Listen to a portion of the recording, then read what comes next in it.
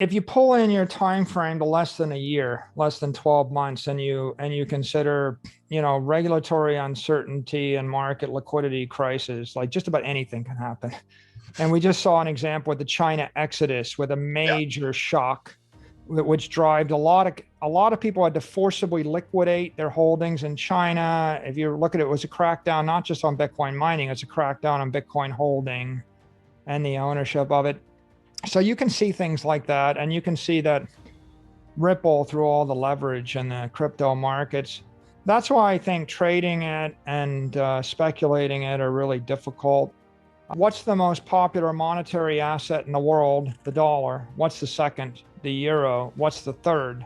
The third is Bitcoin. So of the top three, the only one that's going to go up in value as we print more money is Bitcoin. And then if I want to go find another scarce asset, everything else, Apple stock, Google stock, every other crypto is less popular. So I'm looking at Bitcoin as the most distributed, strongest brand of a monetary asset in the world. So if you're going to actually place a bet on a non-sovereign store of value, the dollar's not it, the euro is not it, Bitcoin is the first thing if we just look at distribution.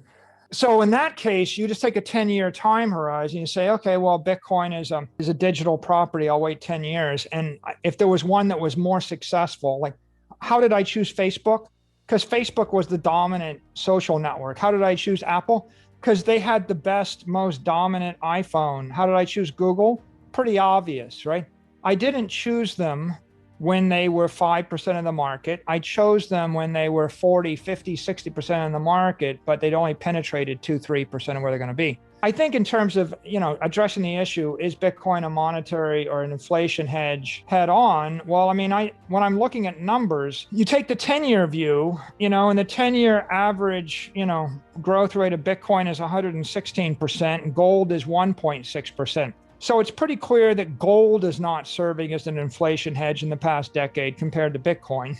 If I take the 10-year numbers for the S&P, it's 12.34% right now. If I take NASDAQ, it's 18%. Obviously, big tech is doing better than S&P. S&P is doing better than gold. Bitcoin is doing better than them all. If I look at the last 12 months, we dumped a lot of liquidity in the market. So what happens? Well, gold is down 1%. The money passed gold. S&P is up 39%. People piled into the S&P index as a store of value.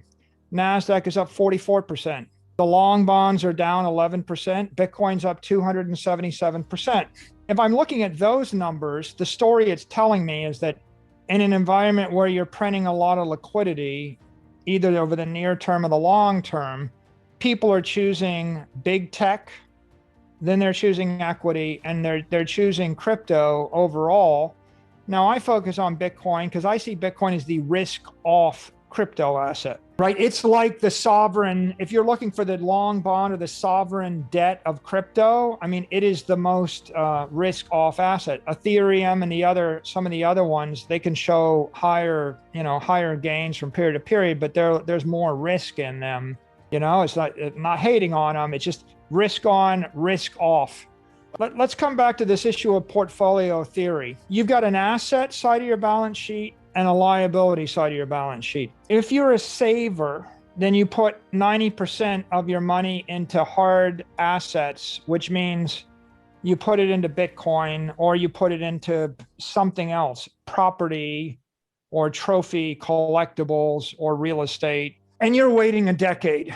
If you're on your liability side, you can do that with equity. You just take all the money you have and you buy a mixture of those strong assets. Or if you look what I did at MicroStrategy, so I borrowed money between 5 and 7 years out at a blended interest rate of less than 1%. And I then bought a strong asset, which I thought would go up in value more than 1%. That's a saver's mentality, long dated debt. I mean, the best debt, by the way, is 30-year mortgage on your house at 2.5% interest, or a 10 to 15-year mortgage. So in the ideal world, you take long debt that's 2, 3, 4%, and then you take long duration assets. And then if Bitcoin is going to go up 20% and my debt is going to be 2%, I have an 18% arbitrage. I just wait and I win. That's one idea.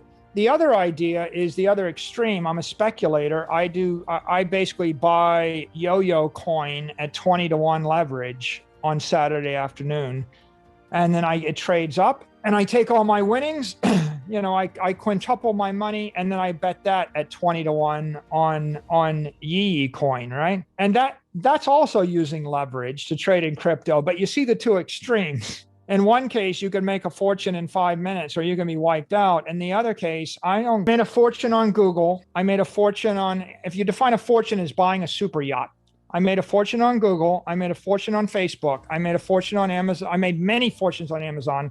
I made many fortunes on Apple. I remember that Amazon traded down 80%, but I don't remember when. I remember that once I tried to trade an option I bought a call option for 12 months or 18 months on Apple, and I lost money on it.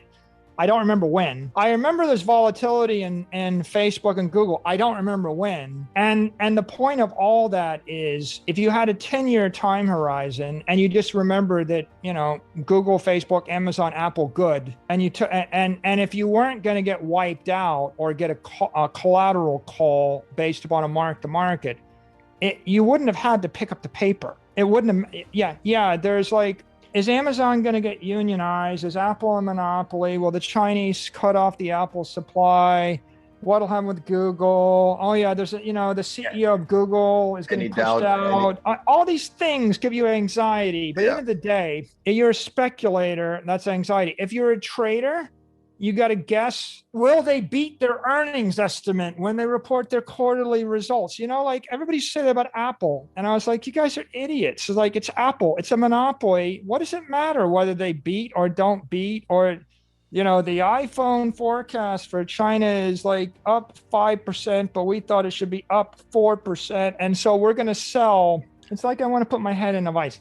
So I think that the solution to the problem is what I'm saying is, get your balance sheet right. If you have debt, borrow money for 30 years that isn't marked to market at 2% interest. And if you have investments, invest with a 10-year time horizon, either in a strong asset as inflation hedge, or buy a technology that you have conviction in.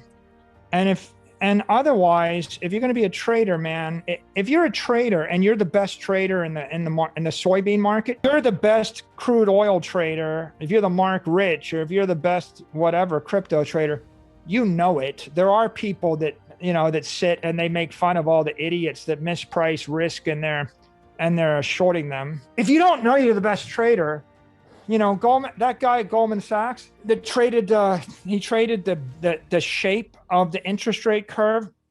He had a PhD in astrophysics from Harvard and MIT, and he was the smartest guy you ever met. And he knew it, and you knew it. They weren't they knew what they were doing. So if you're a trader and you're good, you stick to where you know you're good. And when you move into someone else's market where you don't have the edge, you'll probably get your clock cleaned.